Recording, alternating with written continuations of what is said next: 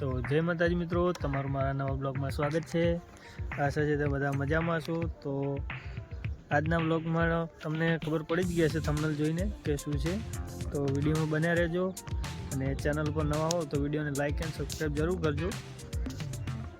બન્યા રહો વિડીયોમાં, બહુ મજા આવશે।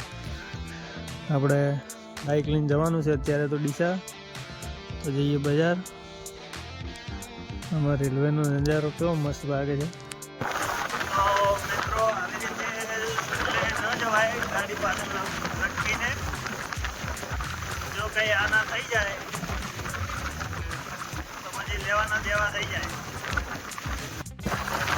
બોલે જતા હરેક વિદ્યાર્થીને મારે કહેવું છે કે ગાડી પાછળ લટકીને ના જાઓ, કેમ કે આ રિસ્કી છે।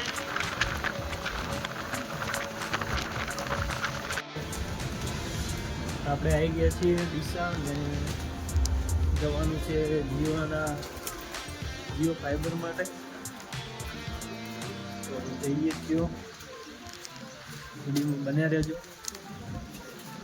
તો આપણે કોમ થઈ ગયું છે।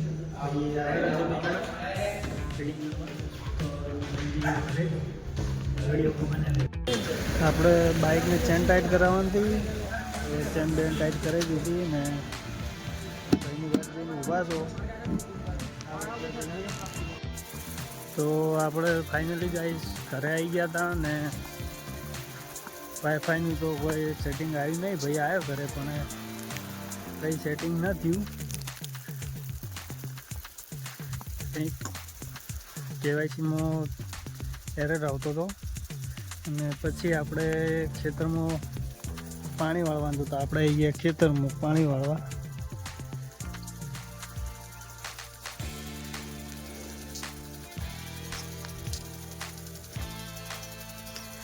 આજે હવે પાણી જ વાળવાનું છે, આખો દિવસ ખેતરમાં જ જાય।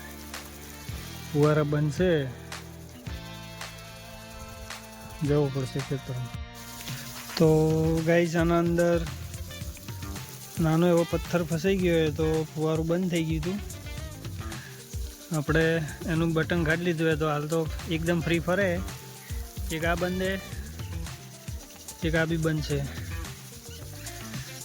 तो એને કરીએ આપણે कंप्लीट, अभी ये करे बने रह जो। तो गाइस अपने खेतर में मोर घूमने के लिए आ गए हैं।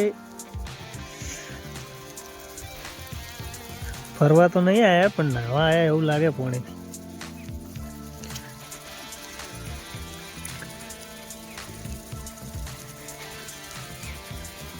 एक झुंड होमे है, तो આપણે હિતુભા પકોડી બનાવવા બે જાય કારીગર। બટાકા છોલવા હાલ દીધો છે હાલ તો, બટાકા છોલી પછી તમે પકોડી બનાવીએ બતાવીએ કેમ। જો ભાઈ થોડી આગળ ઉતારે ના ના એ તો આવડતું જ નહીં હોય। મતરો ચૂપ વાહ જો વાહ,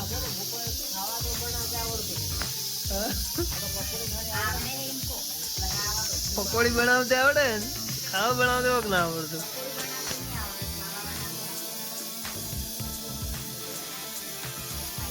પ્રોપરલી ડુંગળી કટિંગ થઈ રહી છે, એક નંબર કટિંગ કર્યું ભાઈએ।